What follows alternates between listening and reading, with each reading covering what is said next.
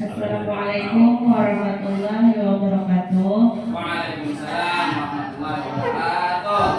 Yang terhormat Kepala Sekolah SD 2 Jamil, yang terhormat Dewan Guru beserta rekan kerja SD 2 Jamil, alhamdulillah kita panjatkan puji dan syukur kehadirat Allah karena pada hari ini kita diberi kesehatan sehingga bisa berkumpul di tempat ini untuk melaksanakan acara sosialisasi budaya positif.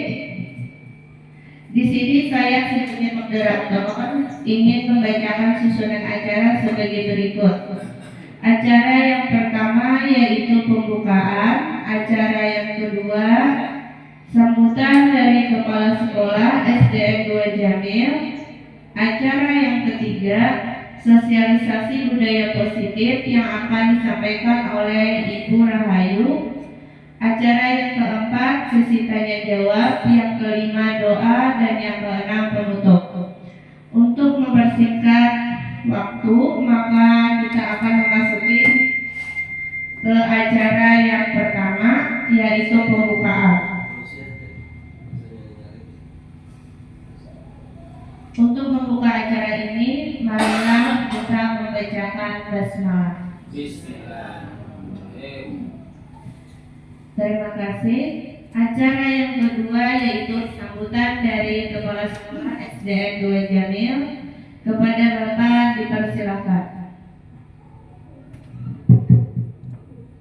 Assalamualaikum warahmatullahi wabarakatuh. Waalaikumsalam warahmatullahi wabarakatuh. Alhamdulillahirabbil alamin, wassalatu wassalamu ala asyrofil anbiya'i wal mursalin wa ala alihi wa ashabihi ajma'in. Syukur alhamdulillah kita panjatkan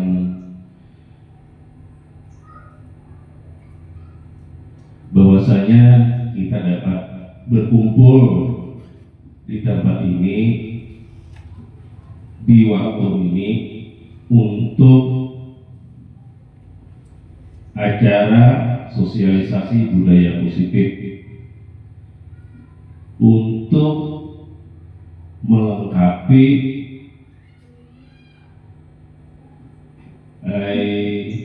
syarat untuk menjadi guru penggerak, yaitu Saudara Rahayu.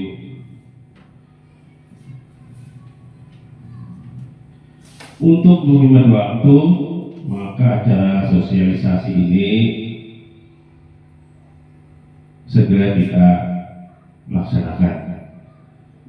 Jadi Dewan Guru semuanya mungkin nanti bisa menanyakan atau menanggapi acara sosialisasi ini dengan seksama. Kiranya demikian sambutan dari saya sudahi dengan ucapan wassalamualaikum warahmatullahi wabarakatuh. Waalaikumsalam warahmatullahi wabarakatuh. Terima kasih kepada Bapak atas sambutannya. Dan sekarang kita akan memasuki acara yang ketiga yaitu sosialisasi budaya positif yang akan disampaikan oleh Ibu Rahayu. Waktu dan tempat dipersilakan.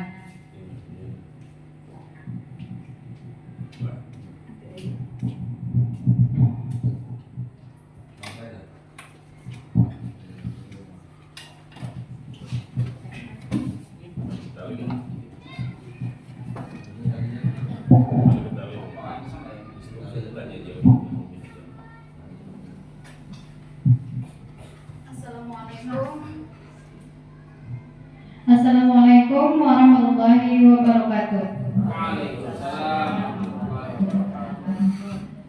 Alhamdulillah wa syukurillah, segala puja dan puji bagi Allah karena mana kita telah diberi kesehatan, diberi kesempatan untuk berkumpul di pagi yang cerah ini dalam rangka menghadiri sosialisasi menyebarkan pemahaman dan penerapan pengalaman budaya positif di sekolah kita ini. Terima kasih kepada moderator yang telah memberikan waktu dan kesempatan kepada saya untuk menyampaikan sedikit pengalaman tentang budaya positif yang telah saya pelajari di ruang LMS di pendidikan guru penggerak. Tidak lupa pula saya ucapkan terima kasih kepada Bapak Kepala Sekolah dan semua rekan guru yang telah mendukung saya sampai saat ini dalam melaksanakan program pendidikan guru penggerak ini. Nah, sebelum saya meneruskan isi dari budaya positif ini, marilah sama-sama kita mulai kegiatan ini dengan ice breathing dulu, Bapak Ibu. Coba Mas nih kita putar dulu ice breathingnya.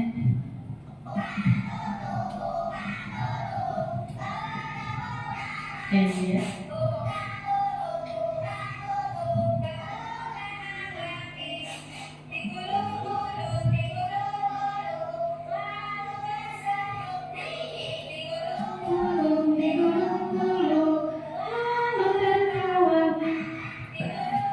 Nah, kira-kira bisa mengikuti Bapak Ibu?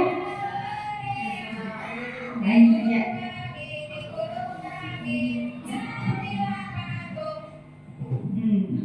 Oke, kita ulang lagi Bapak Ibu ya sambil kita ikuti.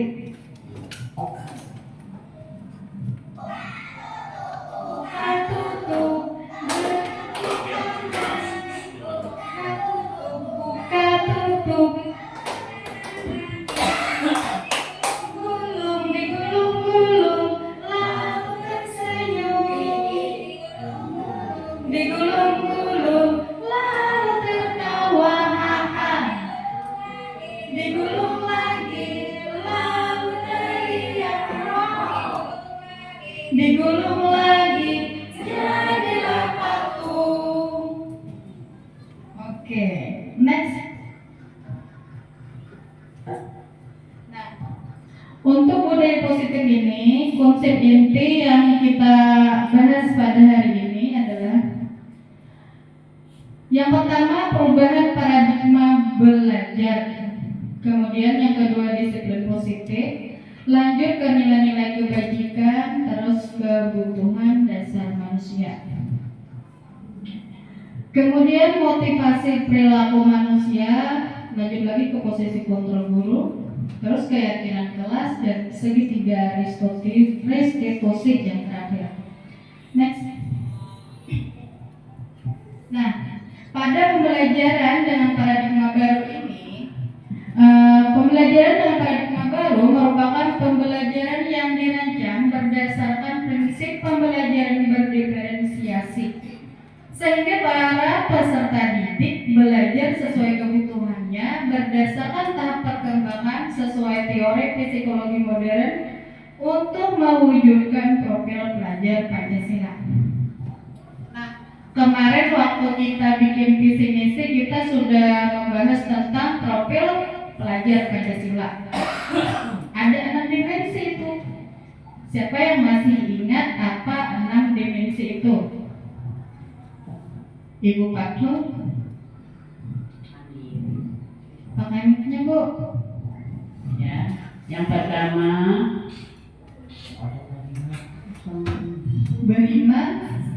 beriman kepada Tuhan Yang Maha Esa.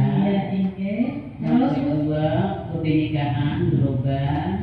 Yang ketiga, mandiri. Yang keempat, bergotong royong. Yang kelima, kreatif, seperti kelas Bernalar kritis. bernalar. Itu profesi pelajar Pancasila. Jadi profil pelajar Pancasila itu meliputi 6 dimensi. Yang 6 dimensi itu yang mau mau dibiasakan atau digalakkan di lingkungan sekolah sesuai dengan kodrat alam dan kodrat zamannya kita sekarang ini. Yang pertama, beriman dan bertakwa kepada Tuhan yang Maha Esa. Melalui apa saja kegiatan kebiasaannya?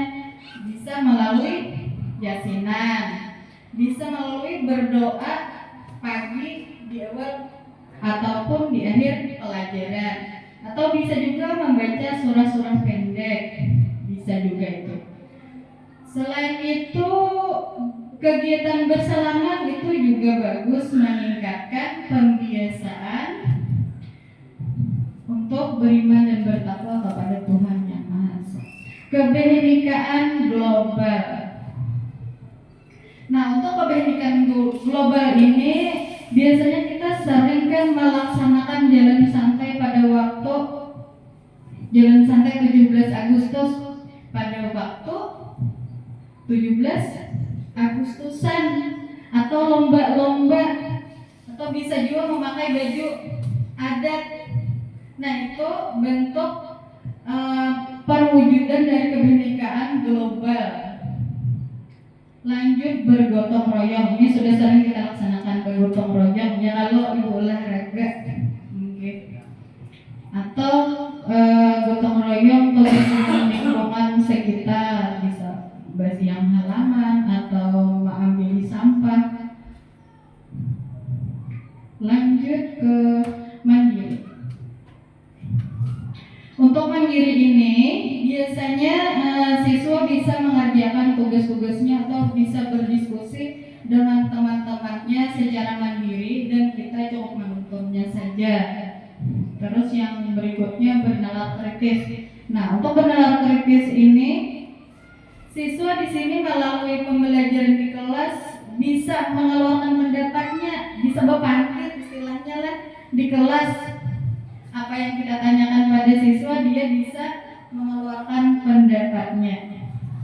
Kreatif, nah ini kreatif ini bisa menggambar. Atau apalagi kreatif, bisa menggambar, bisa membuat apa lagi? Macam-macam ya, banyak. Biasanya ini ada di dalam kegiatan seni budaya atau IPA kreatif ini. Next. Nah, miskonsepsi tentang teori kontrol.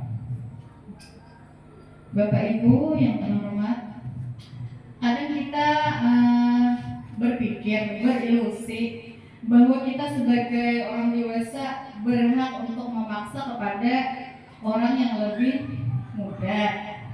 Kadang kita berpikir berhak mengontrol siswa kita atau murid kita. Ya kalau Bapak Ibu, karena kita merasa orang yang lebih tua. Terus kadang kita juga berpikir kritik dan membuat rasa bersalah anak itu membuat atau mampu menguatkan karakter si anak. Dan ada lagi satu, penguatan positif, efektif dan bermanfaat untuk menguatkan karakter si anak. Nah, sekarang benar tidak tuh cara berpikir kita kayak itu? Next, as.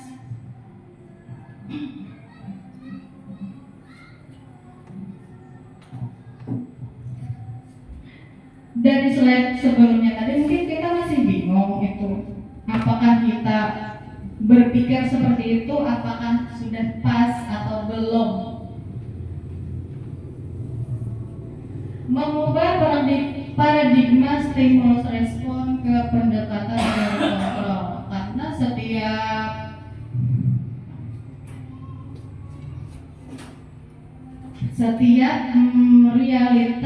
realitas kebutuhan kita.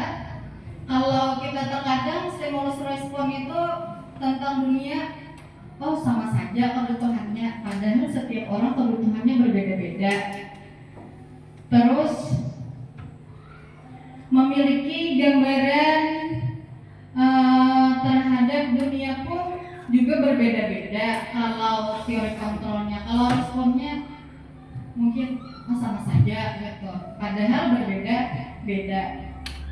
Semua perilaku dilihat sebagai suatu kesalahan. Nah, kalau stimulus respon itu semua perilaku dianggap suatu kesalahan. Kalau stimulus untuk teori kontrol, semua kesalahan itu, semua perilaku itu memiliki tujuan. Jadi kalaupun mungkin salah, pasti ada tujuannya.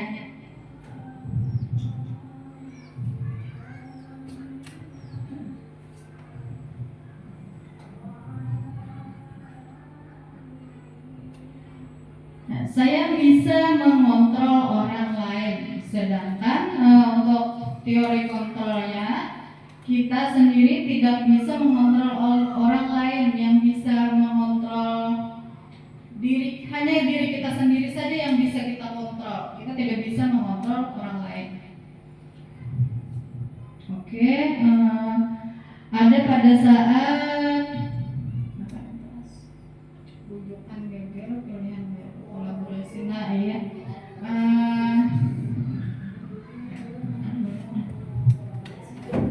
Nah, pada teori kontrol, kolaborasi dan konsentrasi menciptakan pilihan-pilihan baru.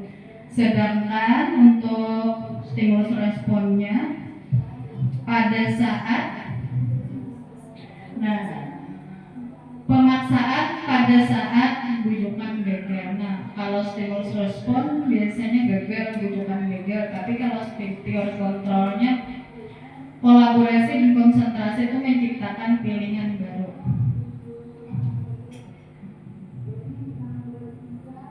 Model berpikir, kalau stimulus respon tentang dunia, model berpikirnya menang kalah, sedangkan teori kontrolnya model berpikir menang. Next. Nah, disiplin positif. Disiplin positif, disiplin diri yang berasal dari motivasi internal dari dalam diri sendiri. Disiplin dengan mengacu pada disiplin diri yang memiliki tanggung jawab terhadap apa yang dilakukan berdasarkan nilai-nilai kebajikan. Nah, jadi disiplin diri itu bagaimana cara kita untuk memotivasi diri, bukan dari orang lain, tapi dalam diri kita sendiri. Nah, jadi motivasi dalam diri kita itu disebut dengan motivasi internal. Disiplin positif merupakan salah satu cara penerapan disiplin yang bertujuan untuk menumbuhkan kesadaran serta memberdayakan peserta didik tanpa imbalan penghargaan atau reward, ancaman atau hukuman. Kalau disiplin positif dari luar itu namanya eksternal. Nah, biasanya itu mengharapkan imbalan atau reward atau penghargaan dari pihak luar. Biasanya tidak akan bertahan lama dan tidak akan berhasil bagi siswa itu sendiri. Sebagai pendidik, tujuan kita adalah menciptakan peserta didik yang memiliki disiplin sehingga mereka berperilaku mengacu kepada nilai-nilai kebajikan universal dan memiliki motivasi intrinsik dalam perubahan perilaku ke arah yang lebih baik. Next. Nah, nilai-nilai kebajikan. Jadi nilai kebajikan ini dilihat dari berbagai macam nilai yang disepakati bersama lepas dari suku, bangsa, agama, bahasa maupun latar belakangnya. Nah, jadi ini ada contoh nilai kebajikan institusi atau organisasi. Yang pertama dilihat dari profil pelajar Pancasila. Berikutnya dari primary year program, itu kayak program pendidikan dasar ya. Kayak bertoleransi, rasa hormat, integritas, mandiri dan lain-lain. Terus keterampilan hidup, life skill, dapat dipercaya, lurus hati, pendengar yang aktif, tidak merendahkan orang lain, dan memberikan yang terbaik untuk dirinya sendiri. Next. kebutuhan dasar manusia. Nah, siapa yang tahu itu kebutuhan dasar manusia itu apa aja nih?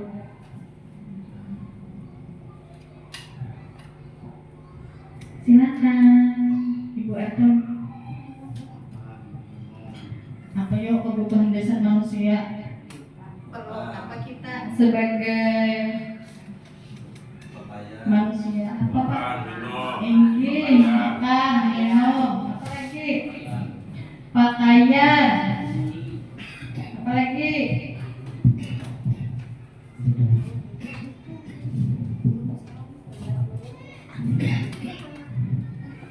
Ya, kebutuhan dasar manusia itu ada banyak Bapak Ibu. Ya, ada banyak sekali. Kita hidup berkebutuhan makan, minum itu pasti karena itu kebutuhan pokok manusia. Selain itu kebutuhan sekolah, ya pendidikan, pakaian, sandal, pangan, apa. lawan sekunder ya kalau Iya, kita belajar di jujur sekali kan. nang primer itu ya kalau menukar sendiri motor, menukar nang mungkin Iya, Pak. primer Oke. yang pokok tadi ya makan deh ya. Ya, tepat sekali ya Bapak. Jadi kebutuhan pokok kita makan, minum, baju, rumah. Sedangkan kebutuhan kendaraan tadi membeli mobil itu juga merupakan kebutuhan. Oke, sekarang kebutuhan dasar manusia merupakan segala sesuatu yang kita lakukan untuk mendapatkan apa yang kita inginkan. Seluruh tindakan yang kita lakukan memiliki tujuan tertentu dan semua usaha terbaik yang kita lakukan adalah dalam rangka agar kebutuhan dasar kita terpenuhi dengan baik. Next. Nah, yang 5 kebutuhan. Ini 5 kebutuhan yang Allah takutkan tadi.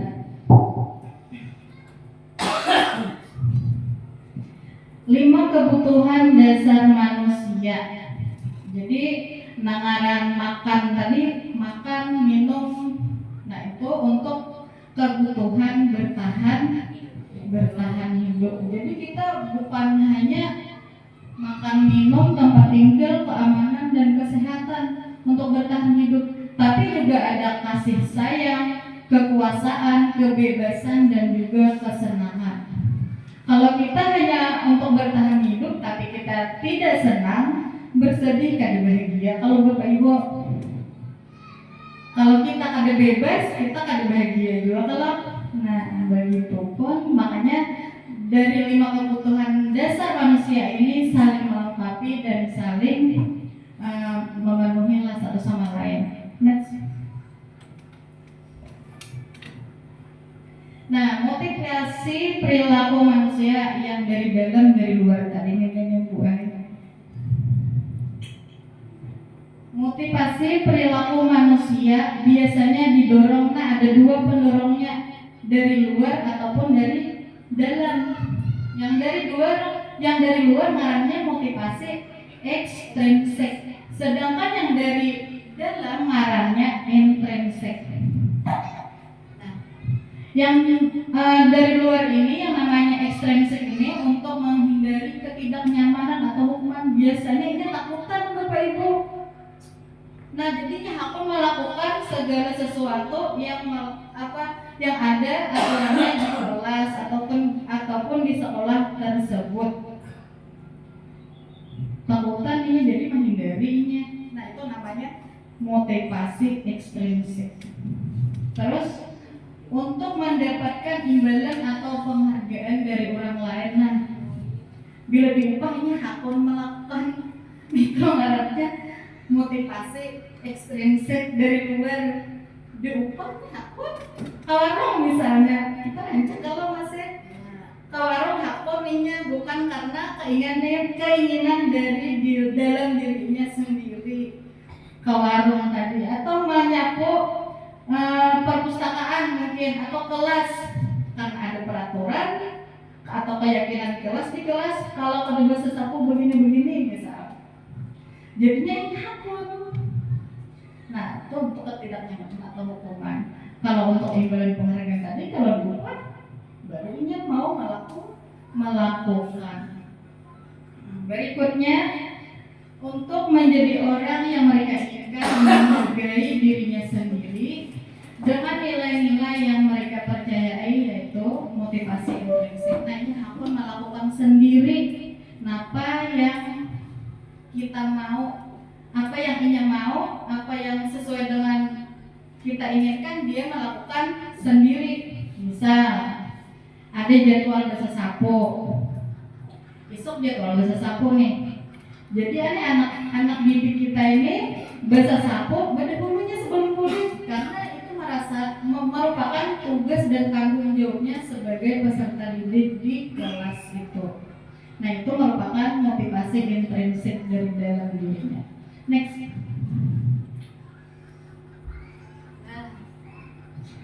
Kita sampai ke perbedaan hukuman, konsekuensi, dan restitusi. Karena beberapa hari ini kita melaksanakan AMK dan survei lingkungan.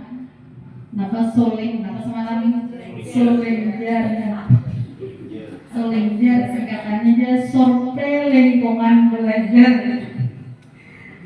Tuh ada tuh semalam tentang hukuman, konsekuensi, dan restitusi. Nah, kan di awal tadi kita ada juga mengaitkan tentang cara berpikir kita. Apakah kita boleh memaksa, boleh mengontrol pada siswa, nanti sampai ke sana. Nah, ini hukuman. Nah, bentuk hukuman itu seperti apa sih? Hukuman ini biasanya tidak terencana atau tiba-tiba. Murid tidak tahu apa yang akan terjadi atau tidak terlibatkan, bersifat satu arah, berupa hukuman fisik, hanya tertinggal tuh dan fisikis. Artinya badannya, fisiknya bergerak melakukan kegiatan tersebut itu namanya hukuman. Bersifat satu arah, biasanya kita aja yang memberi, ini tidak setuju tapi terpaksa melakukan karena kita berpikir sebagai orang dewasa bebas atau boleh memaksa dari awal tadi kan. Padahal sifatnya restitusi kita seharusnya. Terus konsekuensi, terencana disepakati sesuai peraturan, murid tetap dibuat tidak nyaman. Nah, konsekuensi ini sebenarnya tidak melibatkan fisik, tapi murid tetap dibuat tidak nyaman. Sikap guru selalu memonitor murid, kayak pengawas lah istilahnya. Kita memonitor. Dan biasanya ini tidak melibatkan fisik dan psikis.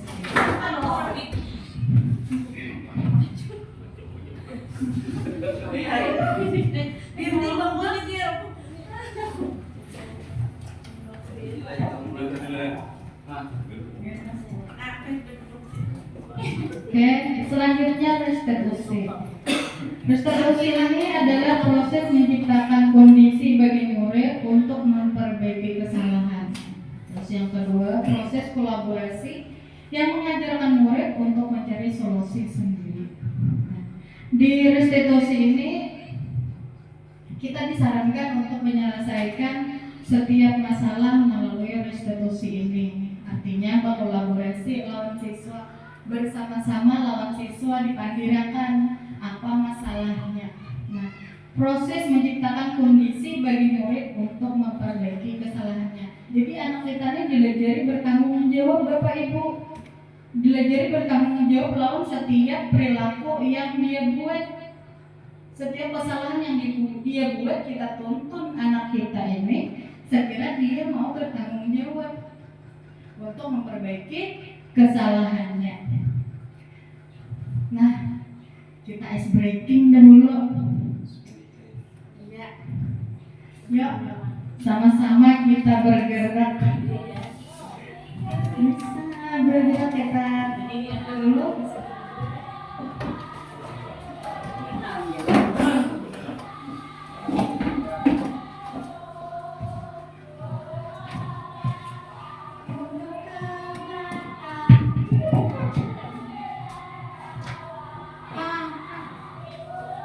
Gulung digulung-gulung,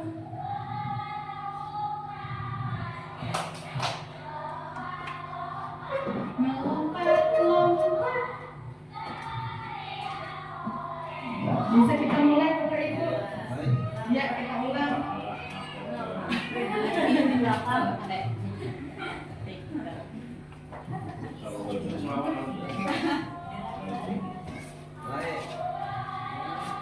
Maju ke depan sambil tersenyum, mundur ke belakang sambil tertawa. Gulung digulung-gulung, bertepuk tangan, lompat melompat-lompat.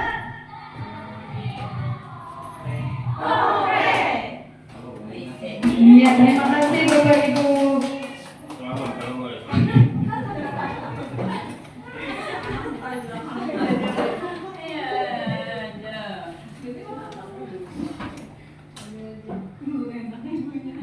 Separuh jalan sudah Bapak Ibu. Oke, kita sekarang masuki untuk 5 posisi kontrol guru. Jadi kita nih punya 5 posisi kontrol. Ada kontrol penghukum, kontrol pemantau, kontrol pembuat orang merasa bersalah, kontrol teman, dan manajer. Kira-kira nih yang paling bagus kita sebagai guru yang mana yuk?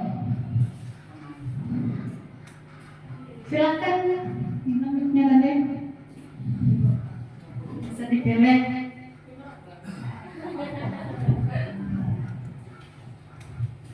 Ya, mau pemantau.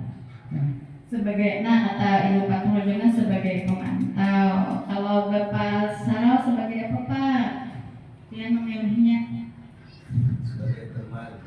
sebagai teman. Bapak Dila sebagai apa Pak Dila? Sebagai manajer. Nah, oke. Penghukum. Coba di next dulu.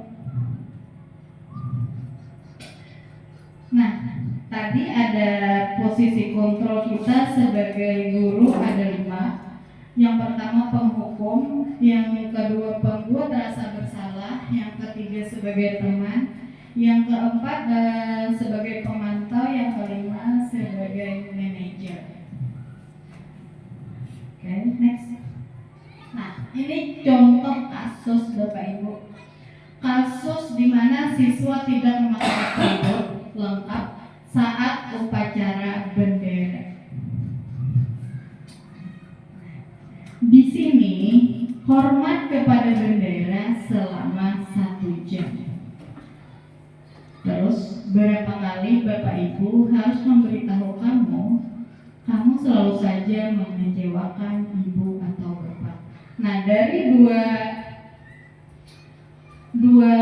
macam perilaku ini beda sudah posisinya, posisi kontrolnya. Hormat kepada bendera, ini hormat selama 1 jam kepada bendera. Kita sudah menghukum menjadi seorang penghukum karena melibatkan fisik dan psikisnya.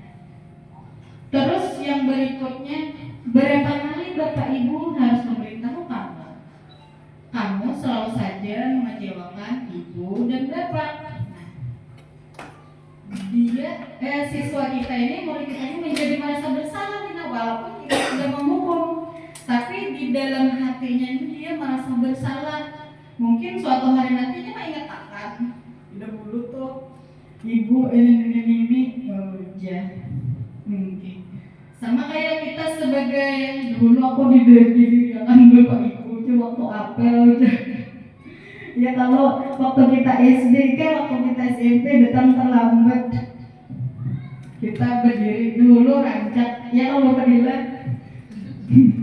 sebagai penghukum ternyata itu dan kita pun baru mengetahuinya. Next.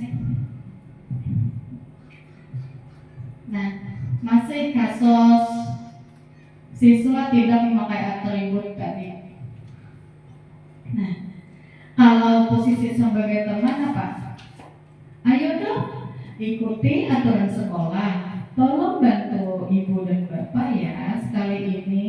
Ya sudah, tidak apa-apa. Lain kali jangan sampai berbuat seperti ini lagi. Nah, kata ayo atau tolong itu menandakan kalau kita mengajak berteman sama siswa. Kayaknya jangan lagi nakal.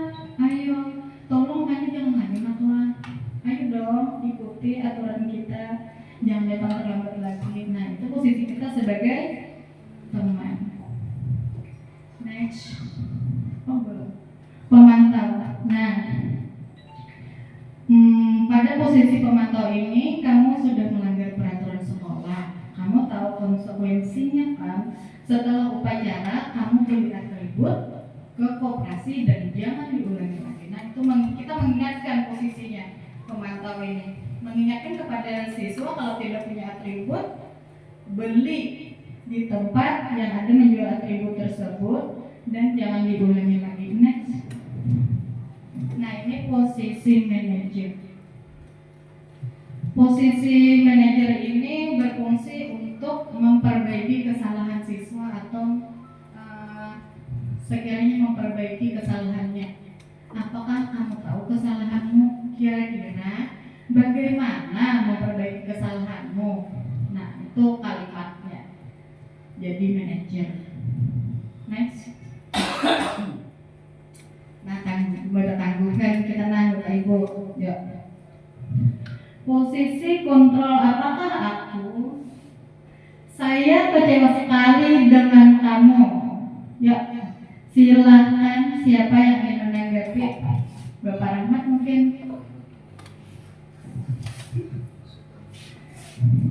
Posisinya.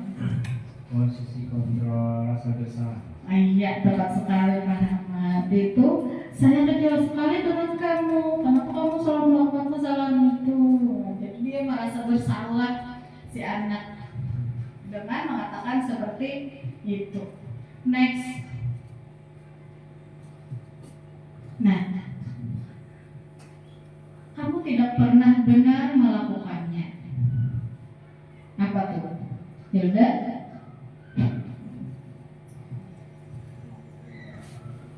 Posisi kontrol apa?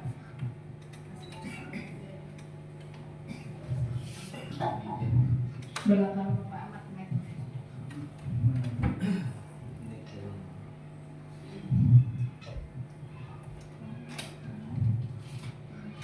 Kamu tidak pernah benar melakukannya.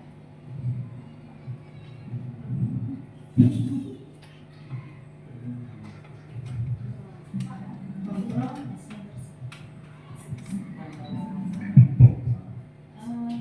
Pada posisi kontrol kamu tidak pernah benar melakukannya. Ini bisa berada pada posisi kontrol merasa bersalah. Iya benar sekali. Kamu tidak pernah melakukannya. Di sini posisi kontrol membuat siswa merasa bersalah. Ya. Next. Nah, ayolah lakukan demi Bapak Ibu ya. Mbak Dia, apa ya?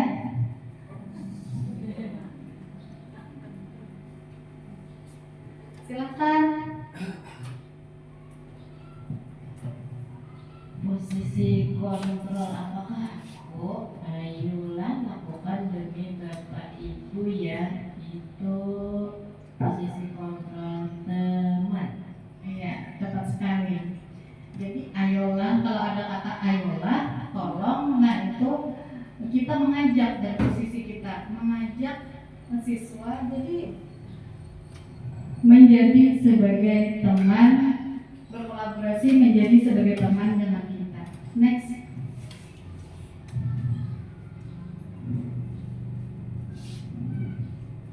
Pembentukan keyakinan kelas.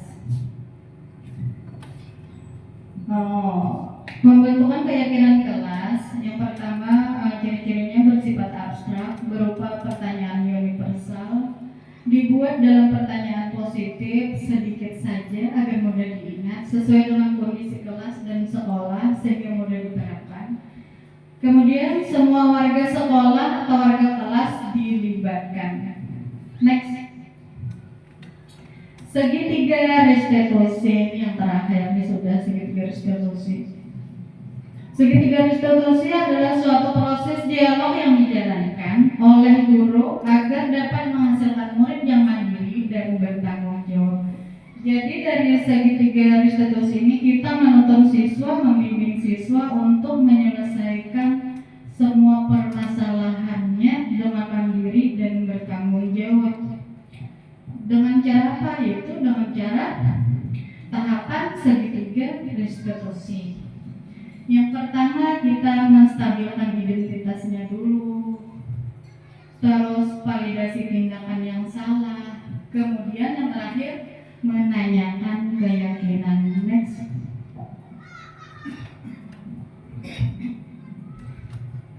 Menstabilkan identitas. Nah, berdasarkan prinsip pembuat kesalahan, bagian dari proses pembelajaran. Jadi kesalahan itu bagian dari proses pembelajaran.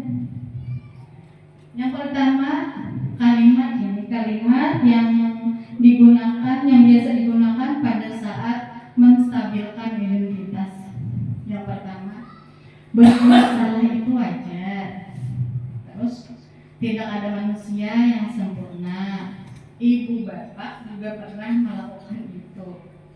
Terus, ibu bapak tidak mau mencari siapa yang salah, tapi ibu bapak ingin mencari solusi dari permasalahan ini. Kamu berhak merasa begitu. Nah, itu untuk langkah menstabilkan identitas. Next. Yang kedua, langkah kedua yaitu validasi tindakan yang salah.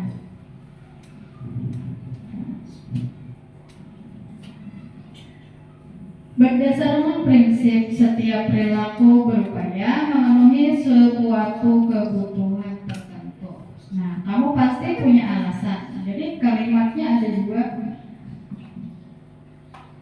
yang untuk ditanyakan kepada siswa. Contohnya seperti ini. Kamu pasti punya alasan mengapa melakukan hal itu. Padahal kamu bisa melakukan yang lebih buruk dari ini ya. Terus kamu patut bangga karena telah melindungi sesuatu yang penting buatmu. Dan next. Menanyakan keyakinan berdasarkan prinsip teori kontrol bahwa pada dasarnya kita termotivasi secara intrinsik. Nah, jadi kita di sini cukup menanyakan apa keyakinan kelas kita, terus nilai-nilai apa yang telah disepakati bersama. Kalimatnya itu seperti apa gambaran sebuah kelas yang ideal menurut kamu? Kamu ingin menjadi orang yang seperti apa? Itu kalimat-kalimat yang ditujukan untuk menanyakan keyakinan. Next. Nah, ini simulasi segitiga restitusi. Silakan Ibu diputarkan.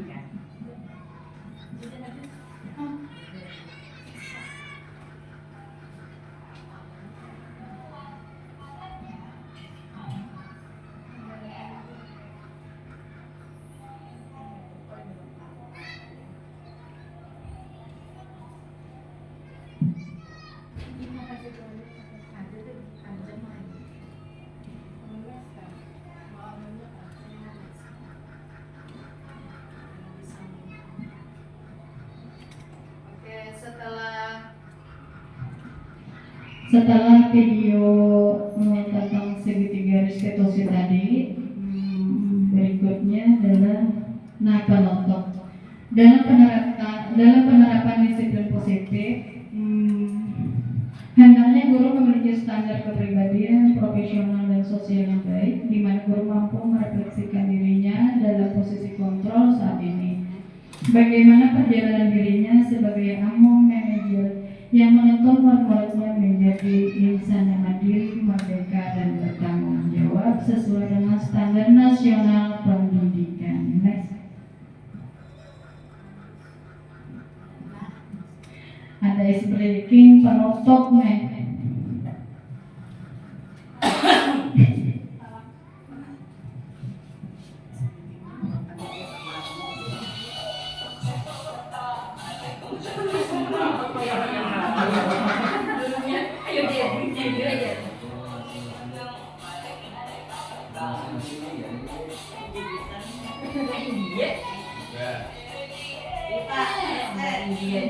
Seru-seruan di dalam kelas, siswa biasanya tak setuju.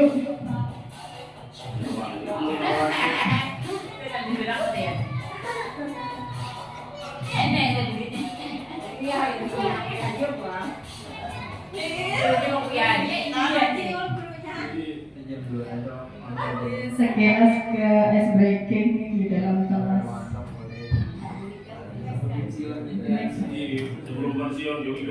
Next ya, terima kasih. Salam bahagia, salam berpuluh. Baik, apa lagi sisi berikutnya?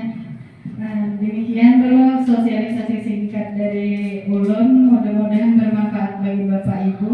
Wabillahi taufiq wal hidayah. Wassalamualaikum warahmatullahi wabarakatuh. Ya, terima kasih kepada Ibu Rahayu yang sudah banyak menyampaikan tentang sosialisasi budaya positif. Semoga apa yang kita dengarkan hari ini dapat kita implementasikan pada proses pembelajaran kita di sekolah. Nah, kita akan memasuki pada sesi yang keempat, yaitu sesi tanya jawab. Kalau ada yang kurang dimengerti, bisa kita diskusikan mengenai sosialisasi budaya positif. Dipersilakan kalau ada yang ingin bertanya. Ibu Ahol, dipersilakan. Ya, saya ingin bertanya, mengapa perlu kolaborasi antara pendidik? Tolong Ibu berikan pengarahannya.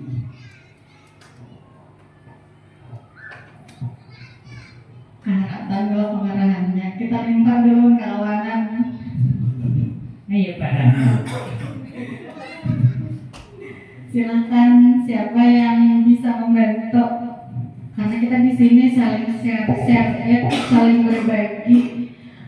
Tidak ada yang lebih atau sesuatu itu sangat tidak. Jadi sama-sama saling berbagi. Silakan mau menjawabkan atau mau pertanyaan. Assalamualaikum warahmatullahi wabarakatuh. Waalaikumsalam warahmatullahi wabarakatuh. Pada kesempatan ini Ulun ingin menjawabkan pertanyaan dari Ibu Farhodiana tentang mengapa perlu kolaborasi antar pendidik. Mungkin dengan adanya pengajaran kolaborasi memberikan peluang bagi pedagogi untuk berbagi pengetahuan, keterampilan, dan pengalaman mereka. Sementara bagi siswa adalah kesempatan untuk mendapatkan lebih banyak dukungan dan pendidikan yang beragam. Sistem kolaborasi juga dapat memudahkan tugas para guru. Mungkin itu saja yang bisa Ulun menjawabkan. Iya ya. Terima kasih kembali. Nah jadi apa tadi pertanyaannya? Mengapa perlu kolaborasi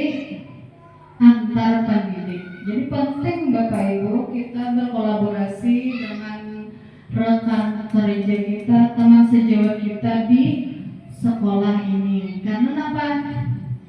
Selain kita berbagi tentang pengalaman mengajar, kita juga bisa belajar tentang teknologi. Karena seperti tadi yang di depan, profil pelajar Pancasila yaitu berkebinekaan global. Nah, di sana kan kita sekarang sudah mulai memasuki zaman teknologi. Kadang kita karena ada rancangan DP, bukan karena kita kada bisa, tapi jarang mengaplikasikan apa yang biasanya kita pegang aja. Makanya kita tidak terbiasa menggunakannya. Dengan kita berkolaborasi, makanya sekarang ada Kombel, ada apa lagi? Siapa yang tahu? Kombel, komunitas belajar, ada bimbingan belajar ya. Antara rekan guru atau rekan sejawat, nah itu sangat bagus sekali dalam meningkatkan pengetahuan kita atau keterampilan kita dalam pembelajaran di kelas, dalam penguasaan kita, bagaimana cara kita mengelola pembelajaran di dalam kelas. Itu pedagogi. Jadi kadang apa itu pedagogi? Proses pengelolaan, proses pembelajaran di dalam kelas. Terus next, ada yang mau menambahkan lagi atau ada yang mau bertanya?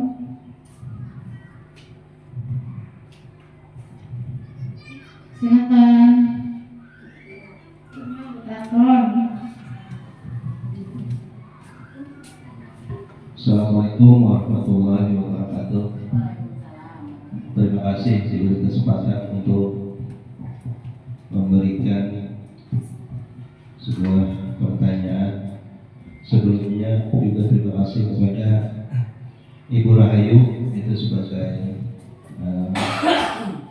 tutor penyampaian berat materi tentang penyebaran pemahaman dan penerapan pengalaman dalam segi budaya positif. Cukup banyak menambah pengalaman bagi kita semua dalam hal ini. Kemudian sini saya ingin bertanya, bagaimana cara mewujudkan sebuah keyakinan kelas yang efektif? Bagaimana cara mewujudkan sebuah keyakinan kelas yang efektif? Mungkin itu saja yang saya sampaikan. Terima kasih. Assalamualaikum warahmatullahi wabarakatuh. Waalaikumsalam warahmatullahi wabarakatuh. Ya, silakan. Ada yang mau menjawabkan? Kita kan berkolaborasi. Assalamualaikum warahmatullahi wabarakatuh. Waalaikumsalam. Izin tolong akan sedikit memberikan jawaban dari pertanyaan Bapak Sarwani tadi. Cara membuat keyakinan kelas tadi Pak. Pertama-tama cara membuat keyakinan kelas itu siswa menulis keyakinan yang mereka inginkan. Lalu guru dan siswa mengulas keyakinan yang telah tertulis. Berikutnya guru dan siswa memilah keyakinan kelas yang mana yang penting. Lalu berikutnya mengubah keyakinan kelas dari kalimat negatif menjadi kalimat positif. Lalu selanjutnya mengecek dan menyepakati keyakinan kelas itu sendiri yang telah dibuat tadi. Lalu yang terakhir memajang keyakinan kelas itu di dalam kelas, lalu dibubuhi tanda tangan warga kelas itu sendiri. Itu saja tambahan jawaban dari Ulan. Iya, terima kasih. Kembali Bu Padina. Ada yang mau menambahkan lagi? Atau mau pertanyaan? Atau kita jawab dulu?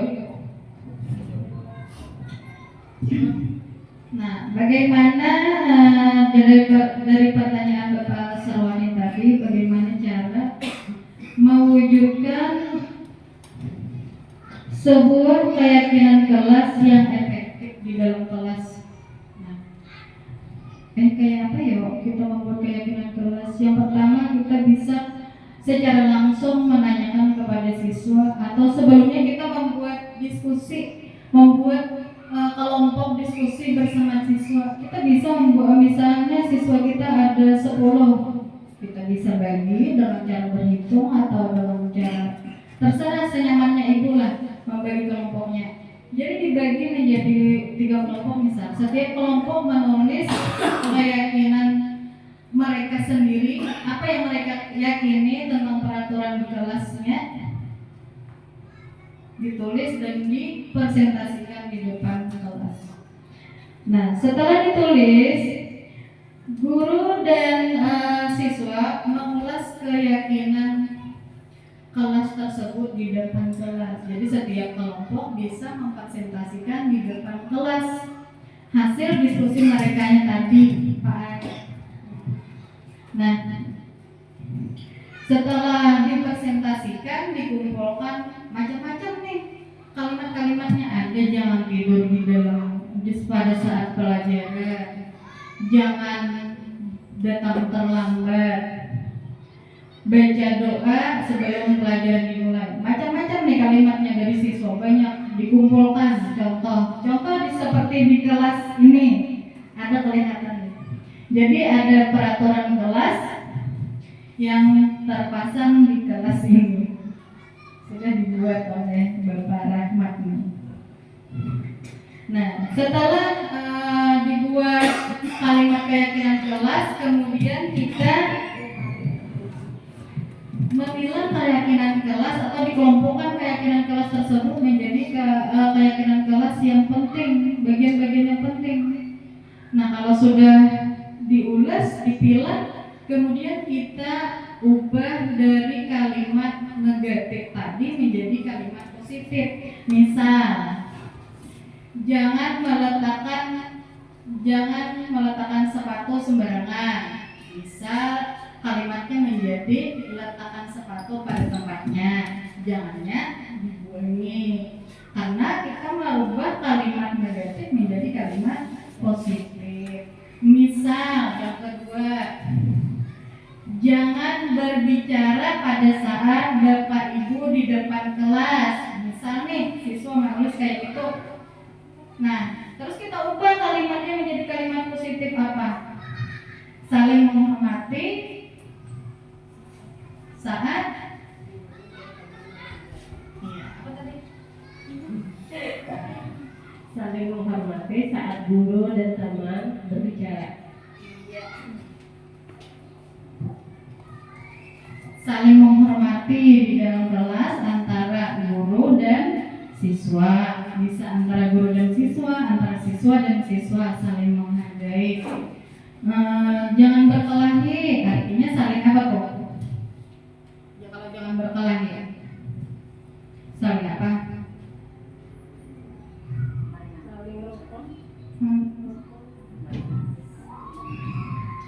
Jangan berkelahi, saling apa tuh? Saling rukun, saling menghargai, saling menghormati, saling menghargai antar teman, atau saling menghargai antar warga kelas. Bisa. Jangan tidur dalam kelas, misal. Coba.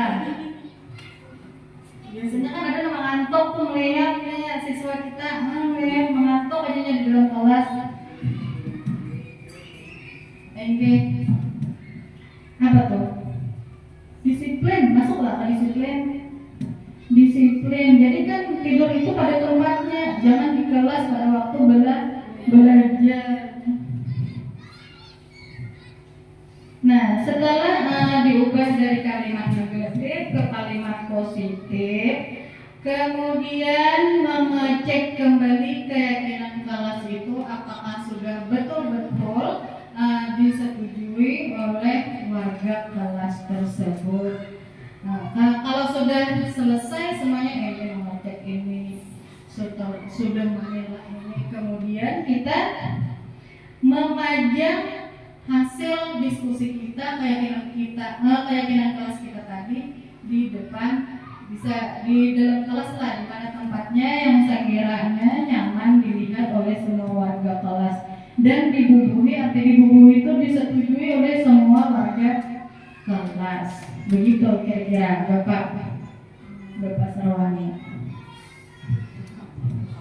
Next, lanjut. Assalamualaikum warahmatullahi wabarakatuh. Waalaikumsalam warahmatullahi wabarakatuh. Mendengar penjelasan dari Bu Rahayu tadi, berkolaborasi itu penting bagi guru, teman-teman. Nah, yang ingin saya tanyakan, mengapa pentingkah berkolaborasi itu bagi murid atau siswa? Ya, terima kasih banyak Ibu. Ya, saya lempar kembali kepada rekan guru, rekan kita. Silahkan, siapa yang mau? Yo, siapa? Ibu? Ya udah lah. Oke, silakan. Assalamualaikum warahmatullahi wabarakatuh. Di sini ulun ingin sedikit menjawabkan pertanyaan dari Ibu Suatu tentang seberapa pentingnya kolaborasi bersama siswa. Selain untuk meningkatkan prestasi belajar, keterampilan tersebut akan menumbuhkan karakter yang positif seperti merangsang untuk melahirkan ide, menghargai orang lain, membina hubungan dengan orang lain, dan bekerja sama dengan orang lain untuk mencapai tujuan yang sama dan tanggung jawab. Mungkin itu saja yang perlu dilakukan. Terima kasih. Iya, terima kasih Bu Hilda. Masih ada penambahan yang lain? Sudah cukup. Silakan masuk ke pertanyaan berikutnya. Assalamualaikum warahmatullahi wabarakatuh. Di sini saya ingin bertanya, di akhir tadi saya ada membaca dasar segitiga restitusi. Nah, jadi yang mau tanyakan, apa tujuan dari dasar segitiga restitusi? Nah, Iya, terima kasih. silakan. Mau lempar lagi nak kawan-kawanan. Silakan.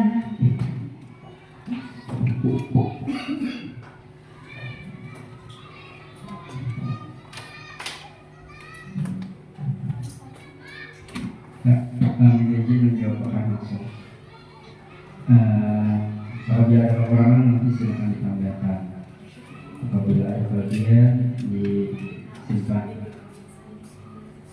Ya, untuk restitusi ya diharapkan tujuannya murid bisa memiliki disiplin positif atau disiplin yang baik dan juga bisa memulihkan dirinya ketika melakukan kesalahan. Terus karakter murid diharapkan bisa menjadi lebih kuat, lebih kepada menghargai dengan dirinya dan juga teman-temannya. Begitu kurang lebih. Iya.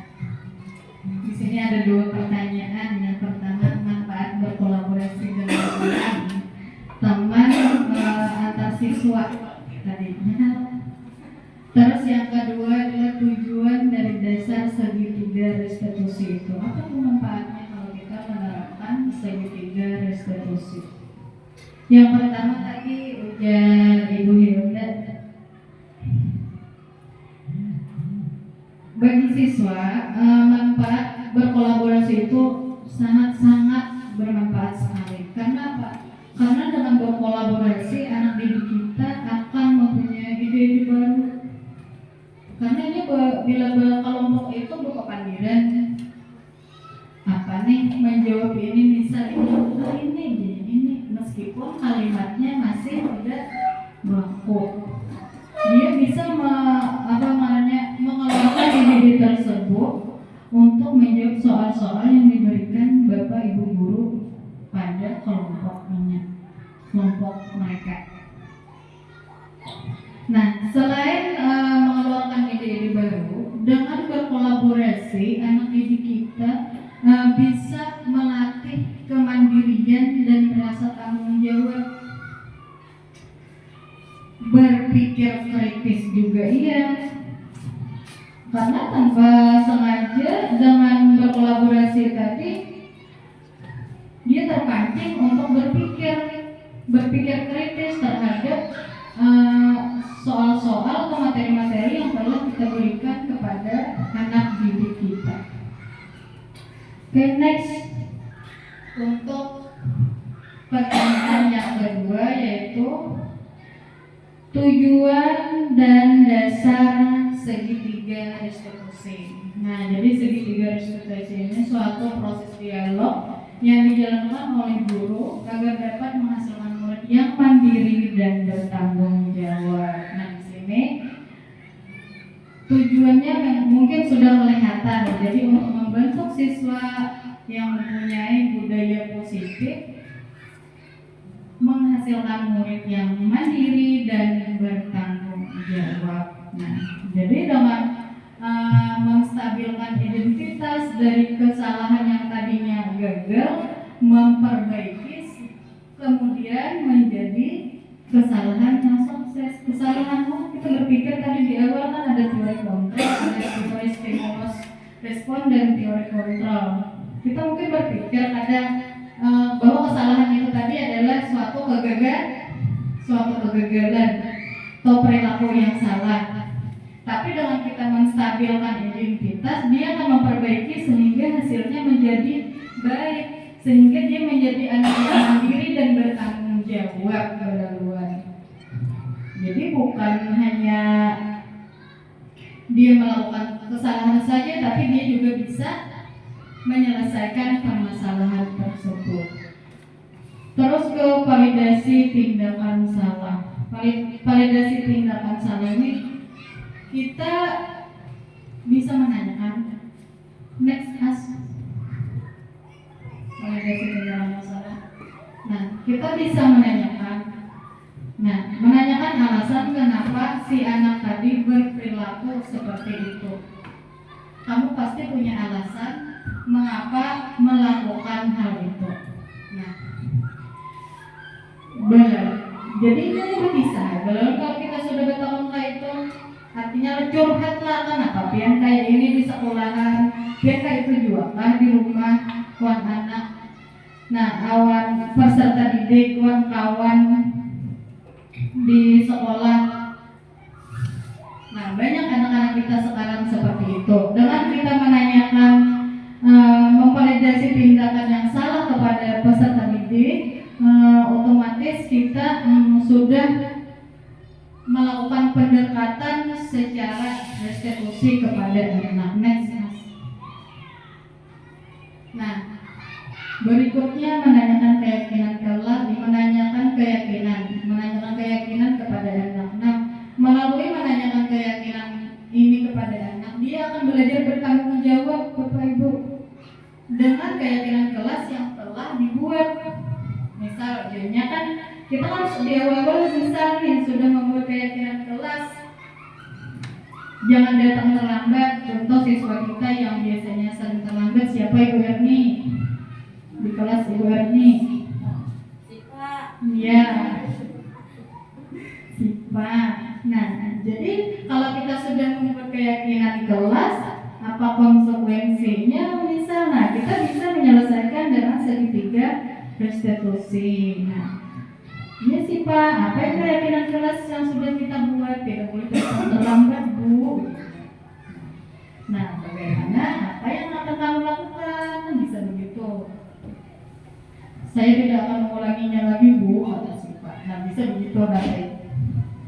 Gambarannya lah, artinya disepakati secara bersama-sama, bukan satu arah antara kita dan siswa kita melakukan kesepakatan bersama-sama. Dibuat ada keyakinan. Oke, sudah habis. Masih ada lagi? Sudah habis. Oke. Untuk sesi tanya jawab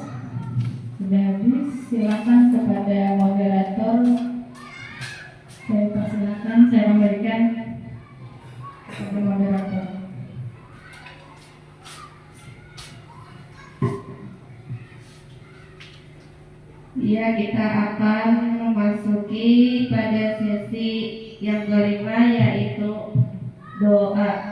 Untuk membacakan doa, saya persilakan kepada Bapak Sarwani.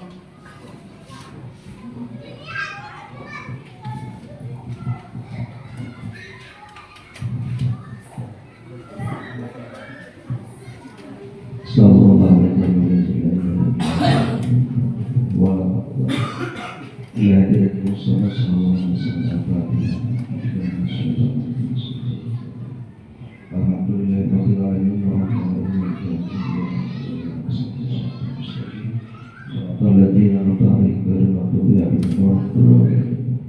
Allahumma salli ala sayyidina Muhammadin fil awwalin wal akhirin wa sallallahu tabaraka wa ta'ala. Amin amin ya Allah ya rabbal alamin. Bismillahirrahmanirrahim. Allahumma inna nas'aluka ya Allah sa'adatan fid din wa dunya wal akhirah wa ziyadatan fil ilmi wa barakatan fil rizqi wa barakatan fil nawm wa maghfiratan ba'da al-maut. Allahumma alaina bi syarri ma lana wa min sayyi'atina wa min hisab. Rabbana la tuzigh qulubana ba'da idh hadaytana wa hab lana min ladunka rahmatan innaka antal wahhab. Rabbana atina fid dunya hasanah wa fil akhirati hasanah wa qina adzaban nar. Wa sallallahu alaihi wa sallam. Alhamdulillahi rabbil alamin. Assalamualaikum.